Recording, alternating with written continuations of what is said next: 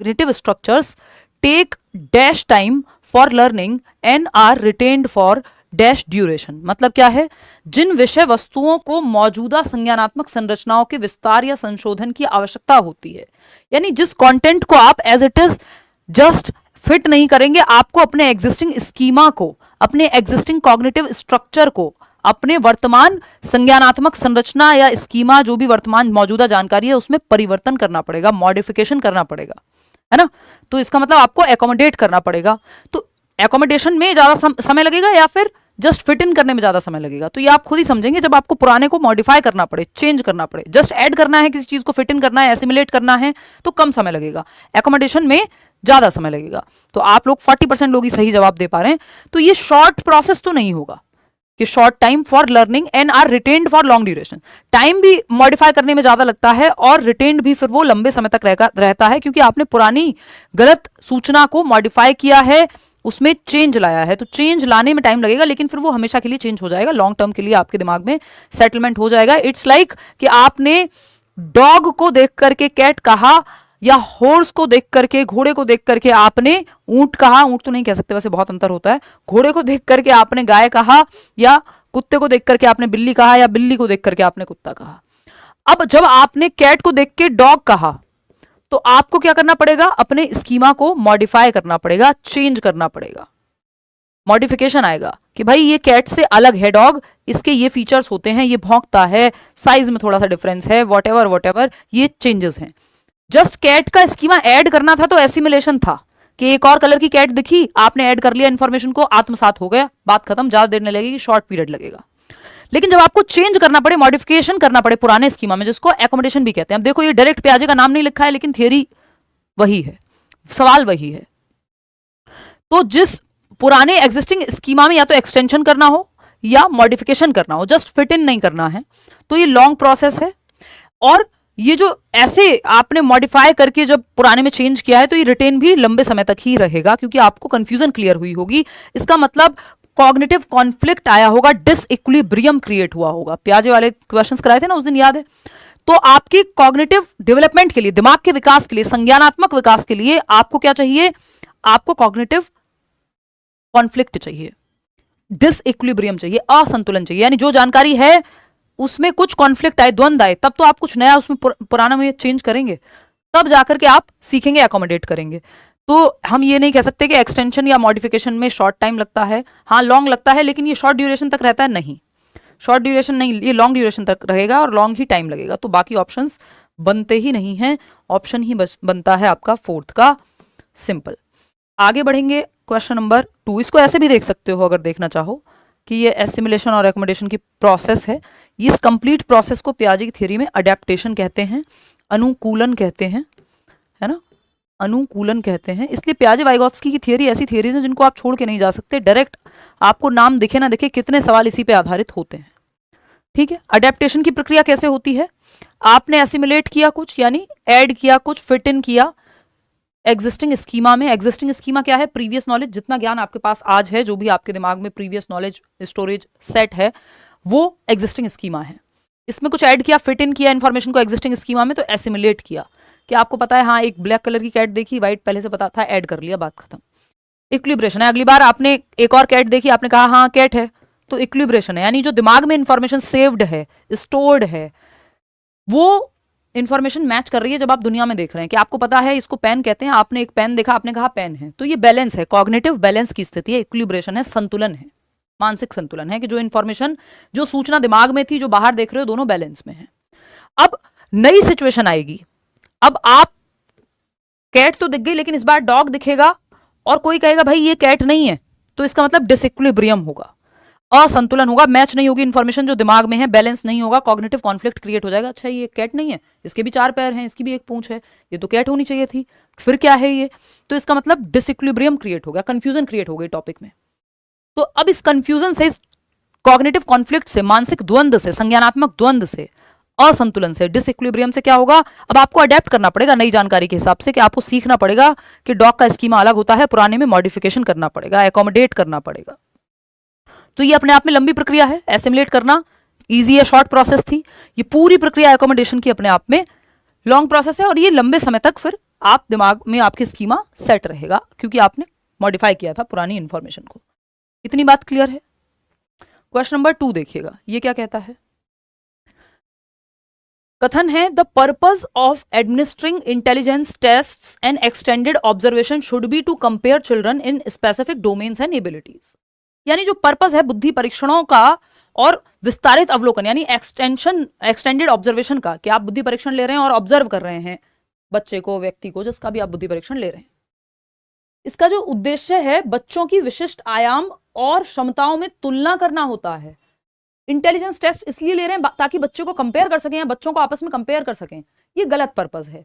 Intelligence test ले रहे हैं बच्चे की एबिलिटीज, उसका एप्टीट्यूड, उसका इंटरेस्ट, किस लेवल पे उसका दिमाग फंक्शन करता है, वो क्या अच्छा कर सकता है, क्या उसकी स्ट्रेंथ्स हो सकती हैं, कहाँ उसको गाइड किया जा सकता है, इन सब के लिए, ना कि बच्चों को आपस में कंपेयर करने के लिए। कंपैरिजन होता है बट ये पर्पज नहीं है इंटेलिजेंस टेस्ट का, ये उद्देश्य नहीं हो सकता है ना। तो ये बात सही नहीं हो सकती, ये गलत है, फॉल्स है। 60% लोग सही जवाब दे रहे हैं इसमें। रीजन क्या है इसका, intelligence is an इनेट ability and can not be nurtured. ये भी गलत है कि बुद्धिमत्ता या बुद्धि एक जन्मजात क्षमता है और इसे पोषित नहीं किया जा सकता, बढ़ा नहीं सकते, ये कहना गलत है।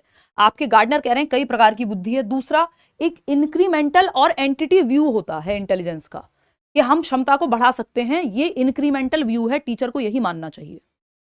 एंटिटी व्यू क्या है, एंटिटी मतलब फिक्स्ड है इंटेलिजेंस, इसको बढ़ा नहीं सकते, ये कहना गलत होगा। हम मॉडर्न डे में ऐसा नहीं मानते कि भाई आईक्यू फिक्स हो गया या इंटेलिजेंस फिक्स हो गया तो हम बढ़ा नहीं सकते।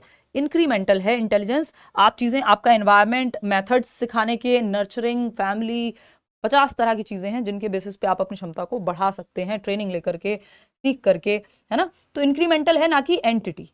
एंटिटी होता है फिक्स्ड व्यू। एक सवाल इस पे आता ही है हर बार, बस लैंग्वेज चेंज हो जाती है। तो इसको फिक्स्ड नहीं मानना है, डायनेमिक मानना है इंटेलिजेंस को, या इंक्रीमेंटल है, क्षमता को बढ़ाया जा सकता है, हम चीजें सीखते रह सकते हैं, बुद्धि को विकसित कर सकते हैं। चीजें आप क्यों समझ रहे हैं, ये सब क्यों पढ़ रहे हैं आप, क्योंकि क्षमता को बढ़ाया जा सकता है। अगर सब कुछ फिक्स ही होता पहले से तो फिर तो आप सीख ही नहीं पाते कुछ। भाई कैसे सेम टॉपिक आपको किसी टीचर से समझ में आ जा रहा है, किसी से नहीं आ रहा है, या खुद से पढ़ रहे हैं तो नहीं आ रहा है, टीचर की मदद से आ जा रहा है समझ में, तो इसका मतलब इंटेलिजेंस या बुद्धि की जो क्षमता है वो इंक्रीमेंटल हुई। तो ये दोनों ही बातें गलत हैं, इसलिए both A and R false. इसका रीजन अपने आप में स्टेटमेंट भी गलत है और ये बात भी गलत है। तो थर्ड ऑप्शन सही हो गया। आगे बढ़ेंगे, मुझे खुशी है कि आप लोग सही जवाब दे रहे हैं। क्वेश्चन नंबर 3 देखिएगा, ये भी अच्छा सवाल है।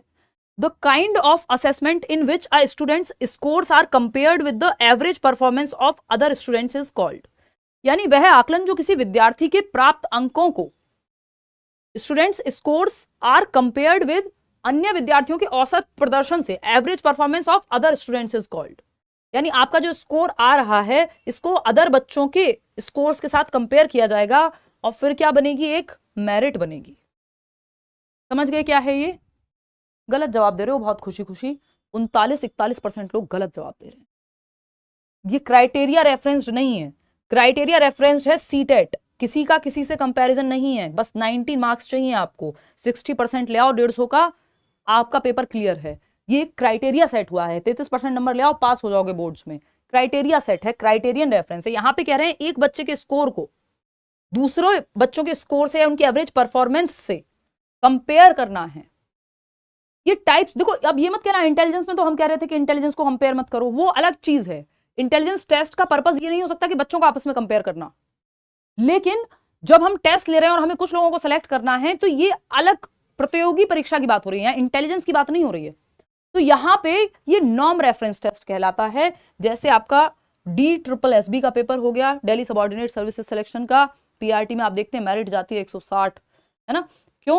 क्योंकि जो बाकी से कंपैरिजन में जो ऊपर होगा मेरिट में उसको नौकरी मिलेगी, सबको नहीं दे सकते। तो सीटेट का सर्टिफिकेट दे सकते हैं, उसमें कोई दिक्कत नहीं, उसमें कंपैरिजन नहीं है, उसको क्राइटेरियन रेफरेंस कह रहे हैं। या केंद्रीय विद्यालय का एग्जाम हो गया, नवोदय विद्यालय का एग्जाम हो गया, इवन यूपी में सुपर टेट का एग्जाम हो गया, जहां भी नौकरी मिल रही है जनरली वहां पे नॉर्म रेफरेंस टेस्ट लागू है, क्योंकि एक मेरिट बन रही है। टॉपर कौन होगा, तो टॉपर किस बेसिस पे है कि बाकी के 1 लाख लोग हैं जिन्होंने एग्जाम दिया है, उसमें ही सबसे ज्यादा रैंक लेकर के आया है, तब टॉपर कहलाया है ना, रिलेटिवली।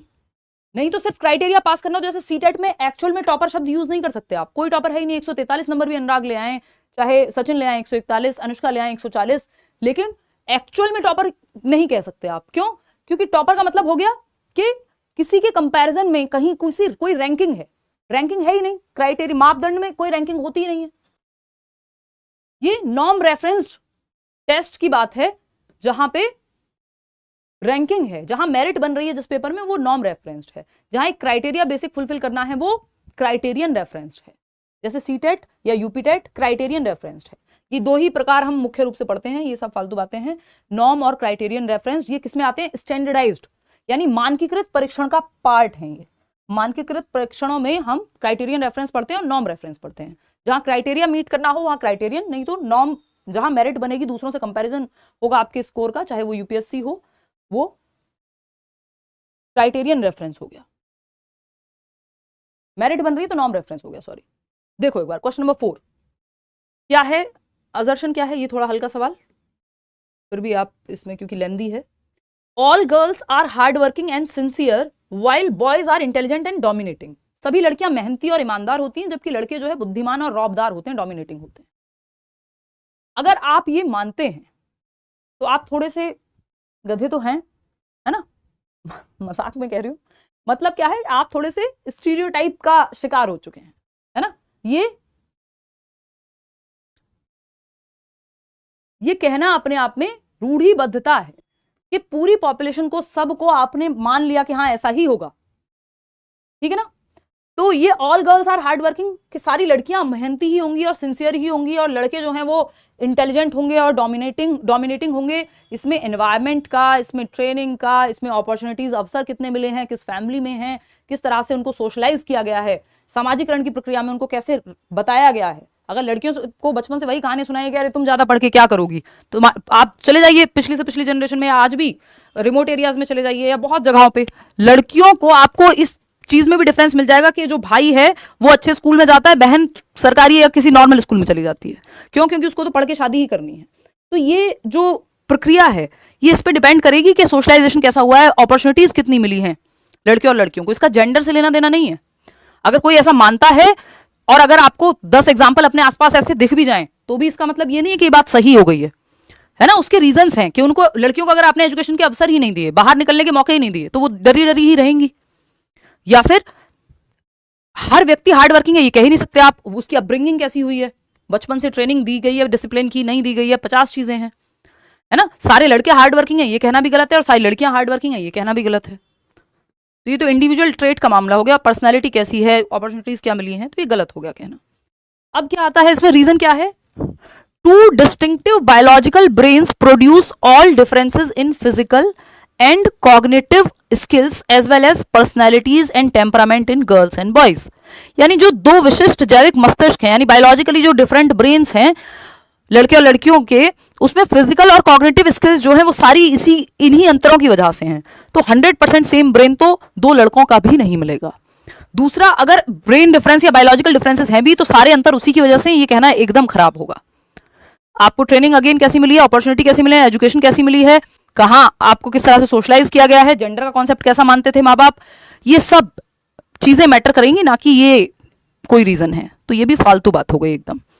तो both A and R false, third option सही है। 71% लोग सही जवाब दे भी रहे हैं। अब मैं ये माइक ठीक कर लेती हूँ, ये माइक मुझे बहुत परेशान करता है कभी कभी। देखो एक बार, इतने आप नेक्स्ट सवाल सॉल्व करेंगे, इतने मैं ये माइक चेंज करूँगा, मतलब सेटिंग बिठाऊंगी कुछ। देखो एक बार पोल में जवाब दीजिए।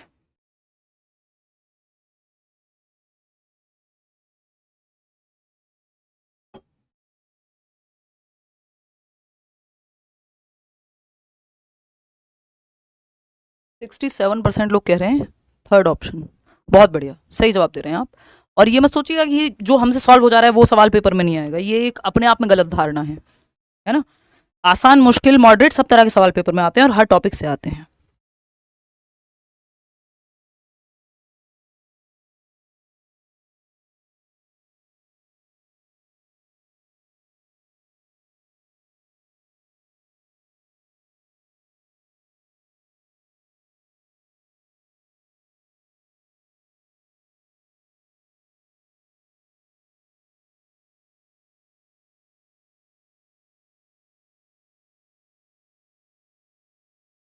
देखिएगा,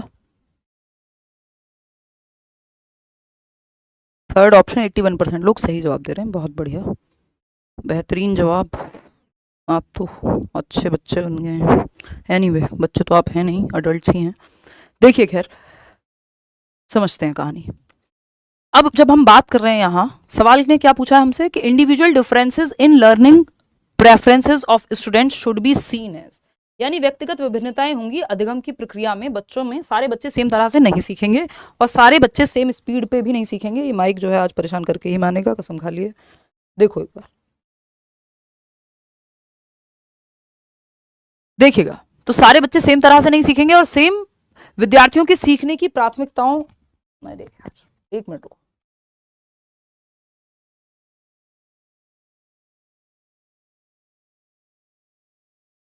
जेटेट और इसमें काफी सिमिलरिटी है सिलेबस में, तो ये क्वेश्चंस भी आप अटेम्प्ट कर सकते हो। आप जेटेट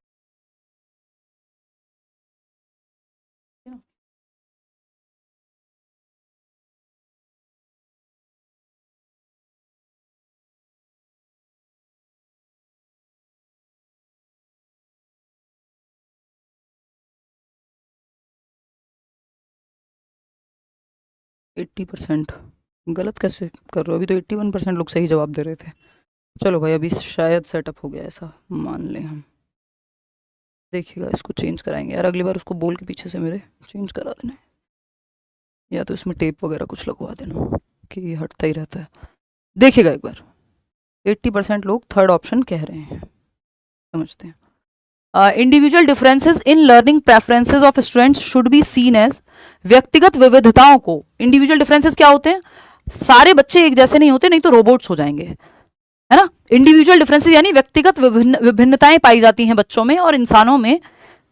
इंटेलिजेंस का लेवल, एप्टीट्यूड, एटीट्यूड, इंटरेस्ट चीजों में, उनका एनवायरमेंट, बहुत सारी चीजें में अंतर होता है, नहीं तो हम रोबोट्स हो जाएंगे अगर सब एक जैसे हो जाएंगे तो। यूनिफॉर्मिटी नहीं होती, इंडिविजुअल डिफरेंसेस होते हैं, व्यक्तिगत विभिन्नताएं होती हैं।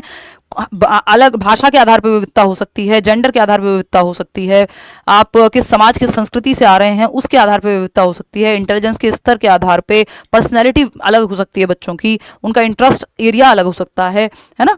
तो ये इंडिविजुअल डिफरेंसेस क्या है?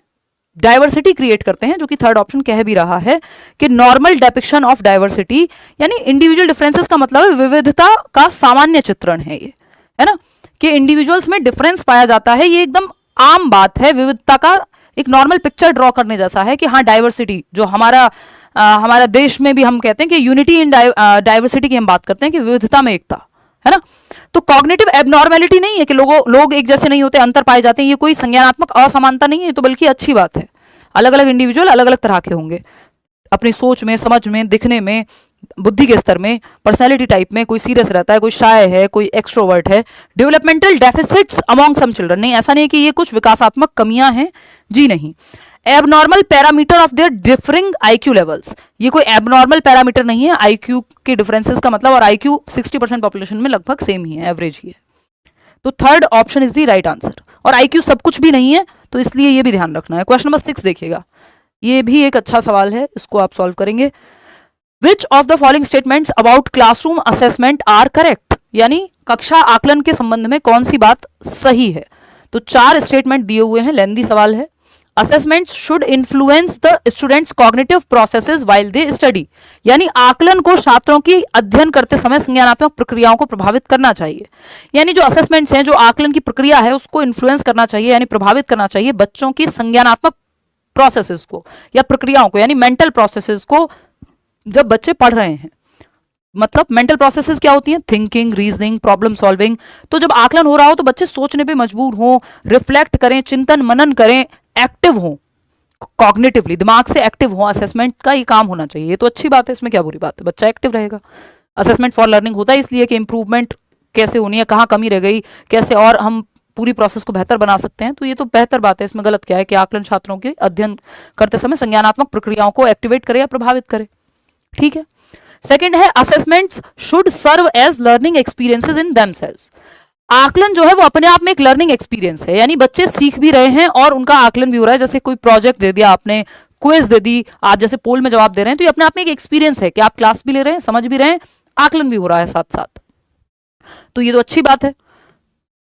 ये दोनों सही हैं। Assessment should create fear and stress among students to get them to learn. डर या तनाव का माहौल पैदा करना ये टेस्ट का या आकलन का या पेपर का उद्देश्य नहीं होना चाहिए, ये गलत है। Assessments should be standardised and norm referenced.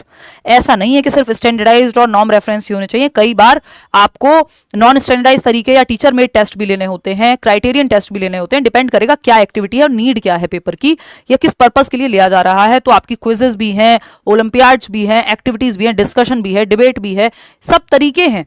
आकलन के 50 तरीके हैं, है ना, चाहे वो रेटिंग स्केल हो, चाहे वो आपका चेकलिस्ट हो। तो एक ही तरीका थोड़ी कि बस नॉर्म रेफरेंस बोर्ड के पेपर ही करा दो या स्टैंडर्डाइज टेस्ट ही होगा हमेशा। क्लास टेस्ट भी तो है, टीचर में टेस्ट भी तो हो रहा है, तो ये भी गलत हो गया। तो थर्ड फोर्थ को हटा दो आप, थर्ड फोर्थ हट गए तो फर्स्ट सेकंड ही बचे, जो कि पहले ऑप्शन में ही है। आप लोग सही जवाब दे रहे हैं, 78% लोग स्मार्ट हैं, आप आगे बढ़ेंगे, फर्स्ट ऑप्शन ठीक है।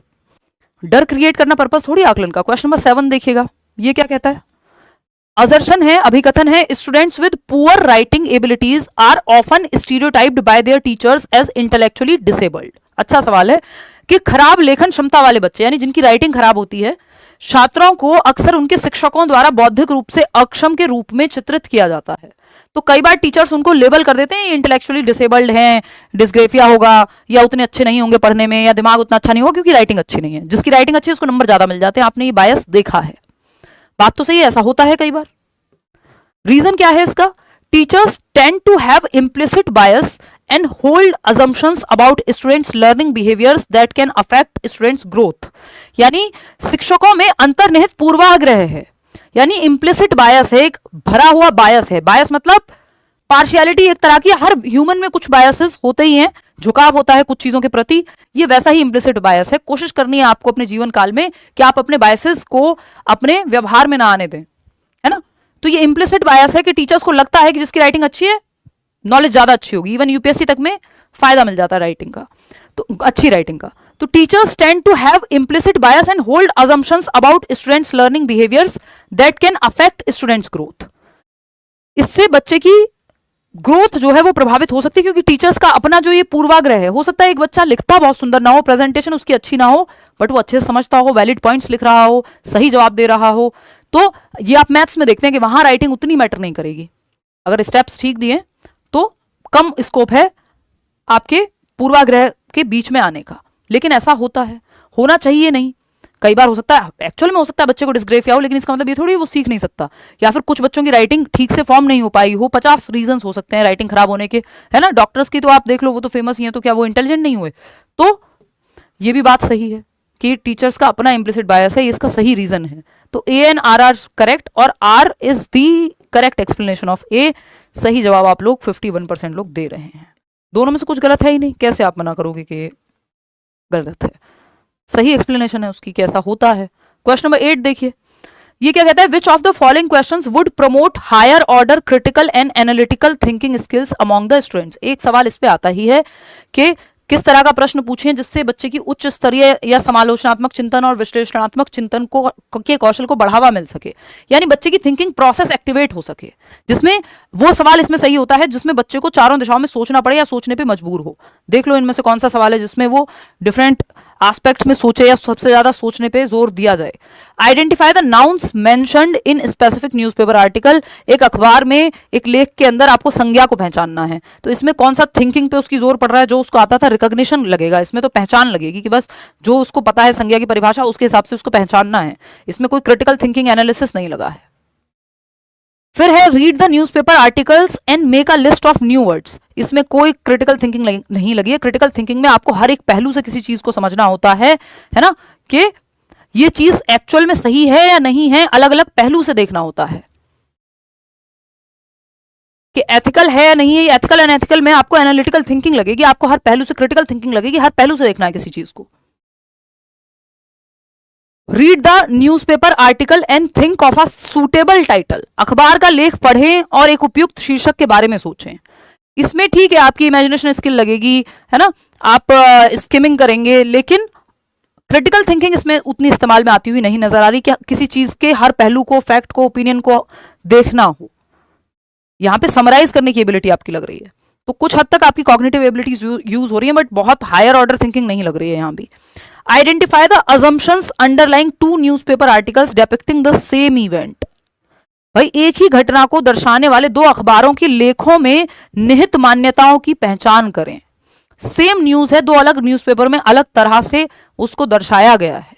एक ही बात गलत भी हो सकती है और सही भी हो सकती है, तो ये डिपिक्शन में आपको क्रिटिकल थिंकिंग लगेगी, आपको हर पहलू से देखना पड़ेगा किसी चीज को, जो कि फोर्थ ऑप्शन में यहां हो रहा है।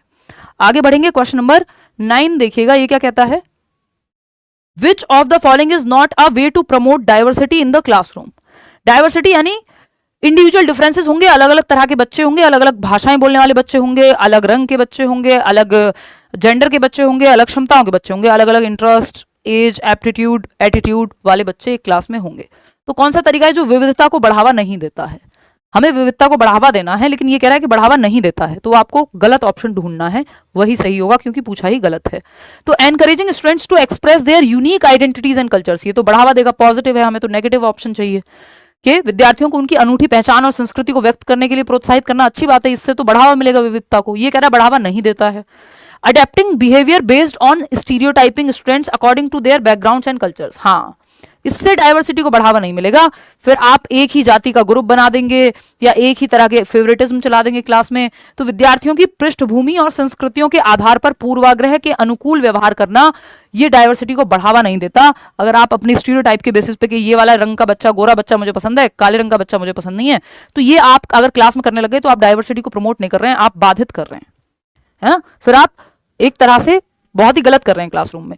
थर्ड ऑप्शन क्या है, providing opportunities for students to interact with individuals from different backgrounds and cultures, कि ऐसे अवसर देना बच्चों को कि वो अलग अलग कल्चर, अलग अलग संस्कृतियों के और पृष्ठभूमि के लोगों से बात करें, कि एक किसान से भी बात करने का मौका मिले, एक डॉक्टर से भी बात करने का मौका मिले, आप एक खेत भी दिखाने ले जा रहे हैं कि कैसे फसल उगती हैं, और आप एक हॉस्पिटल विजिट भी ले जा रहे हैं बच्चे को, तो अलग अलग जगहें वो एक्सप्लोर करें कि दुनिया में बहुत कुछ एग्जिस्ट करता है, डाइवर्सिटी है।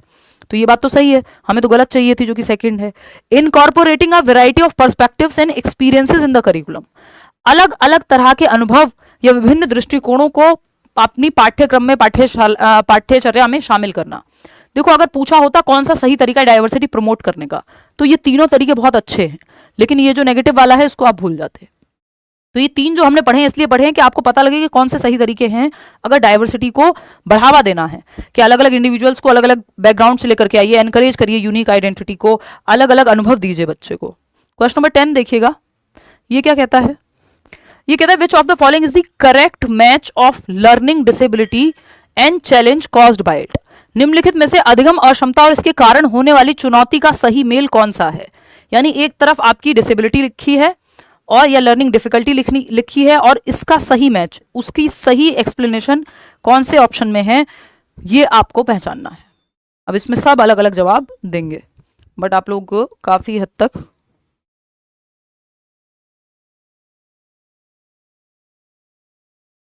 41% लोग जो है, 38% लोग फर्स्ट कह रहे हैं।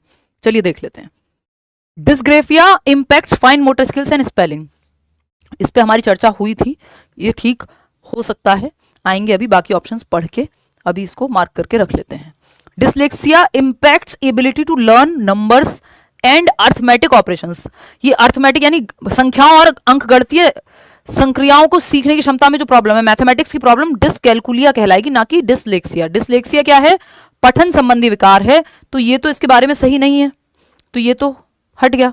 डिस्प्रैक्सिया मोटर स्किल्स की प्रॉब्लम होती है, चलने फिरने में, पेन पकड़ने में, टाई लगाने में, इन सब में दिक्कत होती है बच्चे को, तो ठीक से देखने व सुनने बोल पाने की बात, ये डिस्पेजिया बोलते हैं उसको। Ability to see, hear and talk properly, C में तो फिर विजुअली चैलेंज है बच्चा, तो ये तो है ही नहीं डिस्प्रैक्सिया के बारे में, इसमें तो मोटर स्किल्स में प्रॉब्लम होती है डिस्प्रैक्सिया में। डिसकैलकुलिया में मैथमेटिक्स वाला होगा, ये जो यहां दिया हुआ था। इम्पैक्ट एबिलिटी टू रीड, ये डिसलेक्सिया वाला इन्होंने यहां दिया हुआ है, और डिसकैलकुलिया वाला यहां दिया हुआ है, तो एक ही ऑप्शन सही है यहां। फिर वो कौन सा है, first option, dysgraphia impacts fine motor skills and spelling. Dyspraxia में भी फाइन मोटर स्किल्स इंपैक्ट होती हैं, लेकिन ओवरऑल मोटर स्किल्स मतलब चलना फिरना, दौड़ना, भागना या लिखना पढ़ना, फाइन ग्रॉस और फाइन मोटर स्किल्स, तो डिस्प्रैक्सिया में भी होती हैं, डिस्ग्रेफिया में भी होती हैं, कि जो फाइन मोटर स्किल्स हैं वो इंपैक्ट होती हैं, तो बच्चे की ग्रिप नहीं बन पाती है ना। और ये कुछ सेशंस पहले किया भी था।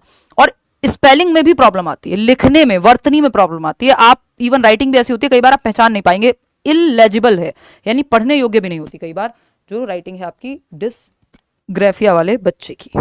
बात सही है या नहीं है? सही बताओ आप। आगे चलें नेक्स्ट क्वेश्चन पे। ये माइक, हाँ चलिएगा, खैर आगे बढ़ेंगे। तो फर्स्ट ऑप्शन ही यहाँ सही है। क्वेश्चन नंबर 11 देखिएगा, students struggling with autism show ease at. Autistic बच्चा जो है, जो बच्चा ऑटिज्म से या स्वालीनता से जूझ रहा है, उसको किस चीज में आसानी होती है? एक चीज है जो जनरली पेपर में बार बार पूछी जाती है कि भाई ऑटिस्टिक बच्चा इस चीज के साथ कंफर्टेबल है, या ये ईज है उसके लिए, आसान है, या इस चीज के साथ कंफर्टेबल होता है। 40% लोग जो है गलत जवाब दे रहे हैं। ऑटिस्टिक बच्चा, ध्यान रखिएगा कि कभी भी आई कांटेक्ट में कंफर्टेबल नहीं होगा। इवन ऑटिस्टिक बच्चे आई कांटेक्ट नहीं करते, है ना, वो कहीं और देख के ही बात कर रहे होते हैं या नीचे देख के बात कर रहे होते हैं। तो बातचीत के दौरान आंखों का संपर्क स्थापित करने में ईज नहीं होती, डिसईज है वो, या प्रॉब्लम है, डिस्कंफर्ट है। फैमिलियर एंड प्रिडिक्टेबल रूटीन्स, ये बात एकदम सही है। सेकेंड ऑप्शन, 47% लोग सही जवाब अब दे रहे हैं। परिचित और पूर्वानुमेय दिनचर्या का पालन करने में, कि जो ऑटिस्टिक बच्चा है उसके लिए रूटीन इंपॉर्टेंट है, प्रिडिक्टेबल रूटीन हो, फैमिलियर एनवायरनमेंट हो, रोज रोज उसका एनवायरनमेंट मत बदलो, है ना, रोज रोज उसके टीचर को मत बदलो, या रोज रोज अलग अलग लोग, अगर ज्यादा नए एनवायरनमेंट में आप उसको लेके जाओगे या रूटीन्स चेंज करोगे तो उसके लिए दिक्कत होती है। इवन उसके रूम का आपने, अगर मान लीजिए बेड कहीं और है तो आप हर रोज उसका बेड, कुर्सी, टेबल चेंज करते रहते हो तो बच्चे को दिक्कत होगी। नॉर्मल केस में होती है, जिनको ऑटिज्म नहीं है, तो ऑटिस्टिक बच्चे को तो और ज्यादा दिक्कत होती है अगर उसका रूटीन या इवन रूम की सेटिंग भी बहुत ज्यादा चेंज होती है अगर जल्दी जल्दी। तो ये क्योंकि स्टीरियोटिपिकल बिहेवियर होता है, इसमें सेम चीज रिपीट करते हैं बच्चे, बहुत बार सेम चीजें बोलते हैं, है ना, रेपिटेटिव एक्शंस होते हैं, कम्युनिकेशन में प्रॉब्लम होती है, आई कांटेक्ट नहीं कर पाते हैं। लेकिन ये रूटीन्स हेल्पफुल होते हैं। ऑटिस्टिक बच्चा रूटीन्स में इजीली रह पाता है, बल्कि बहुत ज्यादा चेंजेस अगर आप रूटीन में कर रहे हैं तो वो प्रॉब्लम है। रैपिड ट्रांजिशंस बिटवीन एक्टिविटीज, ये बिल्कुल भी नहीं होना चाहिए ऑटिस्टिक बच्चे के लिए। तो ये बहुत ही खराब चीज है कि आप तेजी से बदलाव कर रहे हैं गतिविधियों में। वो एडीएचडी वाले के लिए एक बार को चल जाएगा, क्योंकि वो बहुत देर तक एक चीज पर टेंशन नहीं टिका के रखता। कम्युनिकेशन विद स्ट्रेंजर्स, नहीं, कम्युनिकेशन में तो बच्चे को प्रॉब्लम ही है, और फैमिलियर हो तो फिर भी ठीक है, स्ट्रेंजर्स में तो और दिक्कत है। तो सेकंड ऑप्शन ही है जहां पे वो ईज फील करेगा बच्चा। विच of the following statements is not correct about gifted children. प्रतिभाशाली बच्चों के बारे में कौन सी बात ठीक नहीं है? प्रतिभाशाली बच्चे कौन से होते हैं? 3 प्रकार के होते हैं, या तो जिनका आईक्यू ज्यादा है, किसी एक फील्ड में टैलेंटेड हैं, या क्रिएटिव हैं। नॉर्मल केस में हम मान के चलते हैं कि ये हाई आईक्यू रखते हैं, तो इनकी क्यूरियोसिटी बहुत ज्यादा होती है, जिज्ञासा, मेमोरी की एबिलिटी ज्यादा होती है, अपने से ज्यादा एज ग्रुप के बच्चों से जो है दोस्ती करते हैं, मेंटल एबिलिटी, चीजें जल्दी समझते हैं, सीखते हैं, डिफरेंट इनकी क्षमताएं हैं, जिसमें से ये कुछ मैंने आपको बताई हैं। कौन सा एक कैरेक्टरिस्टिक नहीं है गिफ्टेड बच्चे का? देखिए, किसी भी केस में जो आप ऑप्शन दे रहे हैं वो बिल्कुल सही है। 77% लोग, 79% लोग सही जवाब दे रहे हैं कि गिफ्टेड बच्चा हो और ये हो कि क्यूरियोसिटी की कमी है, पॉसिबल ही नहीं है, संभव ही नहीं है कि आप गिफ्टेड हैं और आप में क्यूरियोसिटी नहीं है, जिज्ञासा नहीं है चीजों को लेके। प्रतिभाशाली बच्चों में जिज्ञासा की भावना कम होती है और उनकी कल्पना शक्ति भी कमजोर होती है, पॉसिबल ही नहीं है, नॉट एट ऑल पॉसिबल। ये सबसे बड़ा लक्षण है गिफ्टेड बच्चों का। They have higher levels of curiosity, हर चीज को लेके सवाल है उनके मन में, है ना, इमेजिनेशन बहुत अच्छी है, सवाल बहुत पूछेंगे, तो दे आर क्यूरियस पीपल। तो गिफ्टेडनेस और जिज्ञासा का डायरेक्ट रिलेशन है। अगर जिज्ञासु नहीं है आप तो कुछ नया सोचेंगे ही नहीं, सवाल आएंगे ही नहीं, जो हो रहा है सही है, खाओ पियो सो जाओ। Gifted children have lower sense of curiosity and poor imagination skills, बहुत ज्यादा इमेजिनेशन भी इनकी बहुत हाई नहीं होती अगर गिफ्टेड नहीं है तो। गिफ्टेडनेस में ऐसा पॉसिबल नहीं है, हायर इमेजिनेशन होगी, क्योंकि वो सोचता है, क्यूरियोसिटी है, जिज्ञासा ज्यादा है, तो इमेजिन भी करेगा, थिंकिंग भी करेगा, सारी चीजें ज्यादा होंगी। Children can be gifted in more than one kind of intelligence, हाँ बिल्कुल हो सकते हैं, है ना, ये तो करेक्ट बात है कि एक से ज्यादा चीजों में गिफ्टेड हो सकते हैं बच्चे। हो सकता है गाना भी बहुत अच्छा गाते हो, लिखते भी बहुत अच्छा हो, है ना। फॉर एग्जाम्पल अगर फरहान अख्तर की हम बात करें, वही एग्जाम्पल मेरे दिमाग में आ रहा है अभी के लिए, तो वो एक्टिंग भी कर लेते हैं, कभी कभार ठीक ठाक एक्टिंग भी कर लेते हैं, कई मूवीज में देखा है हमने, लिख भी लेते हैं, गा भी लेते हैं। तो गिफ्टेड बच्चे कई फील्ड में गिफ्टेड हो सकते हैं, ऐसा थोड़ी है कि एक ही फील्ड में होंगे, और ऐसे आपको सैकड़ों एग्जाम्पल मिल जाएंगे। Gifted children are born with extraordinary abilities and potential that need to be nurtured. प्रतिभाशाली बच्चे विशेष क्षमता और सामर्थ्य के साथ पैदा होते हैं और इस सामर्थ्य को विकसित करने की आवश्यकता होती है। एनवायरमेंट उनको उस तरह का मिले और जहां उनको मौका मिले कि ये जो इनेट क्षमता है, एबिलिटी तो है बट एजुकेशन ही नहीं मिली, या उस तरह का माहौल ही नहीं मिला जहां नर्चर करने दिया जाए उस इनेट क्षमता को। आंतरिक क्षमता तो है बट वो बाहर निकल ही नहीं पाई कभी, है ना। Children can be gifted at different levels and some can have some kind of disability also. बच्चे अलग अलग लेवल पे गिफ्टेड हो सकते हैं। हो सकता है कि अब हर कोई लता मंगेशकर के लेवल की सिंगिंग का एप्टीट्यूड रखेगा, जरूरी थोड़ी उस लेवल का गिफ्टेड होगा, कोई बीच में भी हो सकता है भाई। तो लेवल्स ऑफ गिफ्टेडनेस भी डिफरेंट हो सकते हैं और कई बार गिफ्टेडनेस के साथ डिसेबिलिटी भी हो सकती है। फॉर एग्जाम्पल स्टीफन हॉकिंस, है ना। अब तो खैर नाम लेते हुए भी थोड़ा सोचना पड़ता है, जब से फेमस हुए हैं वो अलग रीजंस के लिए, सोशल मीडिया पे आप जानते ही हैं। थर्ड ऑप्शन यहाँ पे सही है। क्यों सही है? क्योंकि यही गलत है, और जो गलत है वही सही है क्योंकि पूछा ही गलत था। क्या लक्षण नहीं होता गिफ्टेडनेस का? तो लैक ऑफ क्यूरियोसिटी यानी जिज्ञासा की कमी और कल्पना शक्ति की कमी कभी भी गिफ्टेडनेस में आएगा ही नहीं, ये पॉसिबल ही नहीं है। क्वेश्चन नंबर 13 देखिएगा, एरर एनालिसिस बाय स्टूडेंट्स, विद्यार्थियों द्वारा स्वयं का त्रुटि विश्लेषण। कि बच्चे एनालाइज कर रहे हैं कि भाई मैंने 30 क्वेश्चन का एक मॉक लगाया, मुझसे गलती कहाँ हुई, नंबर कटे कहाँ, क्या ठीक किया क्या गलत किया, गलतियां एनालाइज कर रहे हैं। तो इसमें एरर एनालिसिस बाय स्टूडेंट्स में क्या होगा? हिंडर्स मेटाकॉग्निटिव स्किल्स, बिल्कुल भी नहीं। एरर एनालिसिस में तो मेटाकॉग्निटिव स्किल्स, परासंज्ञानात्मक क्षमताएं लगेंगी कि आप रिव्यू कर पाएं, रिफ्लेक्ट कर पाएं, प्लान कर पाएं, देख पाएं, अपनी गलतियों को एनालिसिस कर पाएं। तो ये तो गलत हो जाएगा। Is a futile activity in process of learning, बिल्कुल भी नहीं है। अगर आप अपनी गलतियां ही नहीं पकड़ पा रहे हैं तो फिर तो सीखेंगे कहां से आप? जो एरर्स पकड़ ही नहीं पाएगा वो कैसे ठीक करेगा उनको? तो ये तो फ्यूटाइल तो नहीं है, ये खराब या ऐसी फालतू का एफर्ट तो नहीं है। Supports students in retaining there learning, ये हेल्पफुल बात है कि आपकी लर्निंग को रिटेन करने में, बनाए रखने में, मजबूत करने में हेल्पफुल होता है जब आप एरर्स का एनालाइज करते हैं कि कहां गलती हुई थी, उससे आपने सीख लिया, अब हमेशा के लिए वो ठीक हो गई। फोर्थ ऑप्शन है creates further gaps in students understanding, विद्यार्थियों की समझ में और अधिक फासला पैदा कर देते हैं। नहीं भाई, गलती के एनालिसिस से गैप जहां था वो कम हो जाएगा, ऐसा नहीं है कि गैप बढ़ जाएगा एरर एनालिसिस से, वो तो बल्कि आपको पकड़ में आएगा कि आपकी लर्निंग में गैप कहां रह गया था जिसकी वजह से गलती हुई। डायग्नोज कर रहे हैं आप एरर एनालिसिस के थ्रू। क्वेश्चन नंबर 14 देखिएगा, Which of the following statements is correct regarding declarative knowledge and procedural knowledge? ये इंग्लिश पेडागोजी में भी आता है, ये सीडीपी में भी सवाल आता है। घोषणात्मक ज्ञान हिंदी पेडागोजी में भी आ जाएगा, और प्रक्रियात्मक ज्ञान में संबंध क्या है उसके लिए सही ऑप्शन आपको देख करके बताना है। फटाफट बताइए।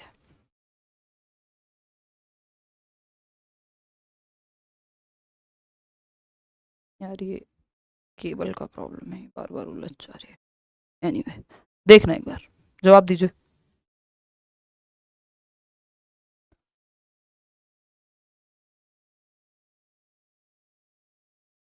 देखिए थर्ड ऑप्शन आप लोग कह रहे हैं 39% लोग। चलिए देखते हैं। देखिए मैं वैसे ही आपको बता दूं, प्रोसीजरल नॉलेज होती है प्रोसीजर का ज्ञान। भाई ऑपरेशन कैसे करना है इसके लिए प्रोसीजरल नॉलेज चाहिए आपको। इसमें तो डिक्लेरेटिव भी चाहिए बट प्रोसीजरल के बिना तो बिल्कुल नहीं कर पाओगे।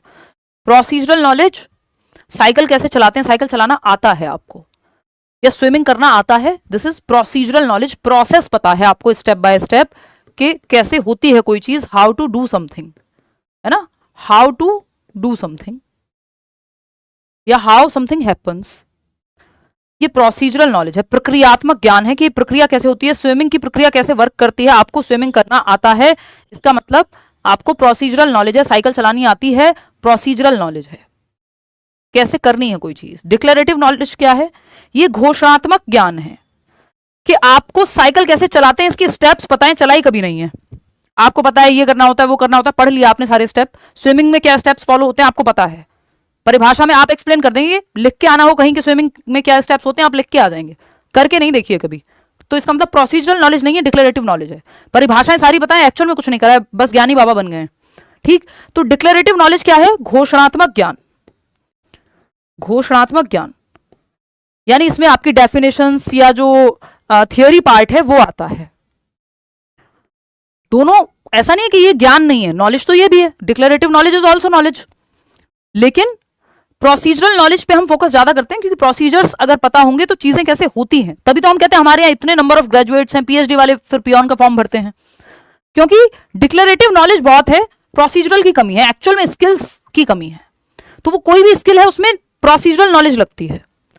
तो declarative knowledge is also known as analytical knowledge. हमें क्या पता, देखेंगे। Procedural knowledge is generally process oriented in nature, हाँ ये बात हमें सही लग रही है, इसकी संभावना ज्यादा सही होने की। फिर भी देखते हैं, procedural knowledge tells the factual knowledge about something. अरे सरकार ये तो गलत है, हमसे गलत पूछा था सही पूछा था, कौन सा संबंध सही है अभी देखेंगे। Declarative knowledge emphasises how to do something, उल्टा है ये तो आप थर्ड कैसे जवाब दे रहे हो, गलत है थर्ड तो। प्रक्रियात्मक ज्ञान किसी चीज के बारे में तथ्यात्मक ज्ञान है, फैक्चुअल नॉलेज नहीं है सरकार, एक्चुअल नॉलेज है, प्रैक्टिकल नॉलेज है, प्रोसेस प्रक्रिया के बारे में ज्ञान है। और घोषणात्मक ज्ञान कैसे होती है कोई चीज इसके बारे में नहीं है, क्या है कोई चीज व्हाट के बारे में, डेफिनेशन के बारे में है, कैसे होती है ये हाउ वाला यहां आएगा प्रोसीजरल नॉलेज में, प्रक्रियात्मक ज्ञान में। यहां पे सिर्फ प्रक्रियात्मक ज्ञान में तथ्यात्मक जानकारी नहीं चाहिए, तथ्यात्मक यानी फैक्चुअली तो आपको पता है, एक्चुअल में आपने करके नहीं देखी वो चीज, तो ये तो गलत हो गए। Declarative knowledge also known as analytical knowledge, declarative knowledge को आप विश्लेषणात्मक ज्ञान के रूप में भी जाना जा सकता है।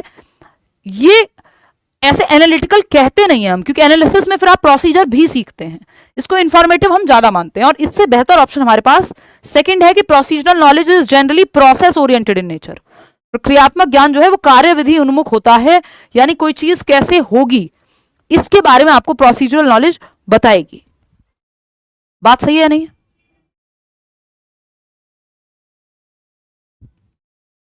क्लियर है इतनी बात? तो हम इसको एनालिटिकल, एनालिसिस में तो आप विश्लेषण करते हैं, चीजों को तोड़ के देखते हैं पार्ट्स में, डिक्लेरेटिव में तो आप सीधा डिफाइन कर देंगे, तो इसलिए एनालिटिकल के साथ हम यहां नहीं जा रहे हैं। इसमें थोड़ी बहुत सच्चाई हो सकती है क्योंकि हल्का फुल्का एनालिसिस आ सकता है, लेकिन प्रॉपर एनालिटिकल नहीं बोलते हम इसको।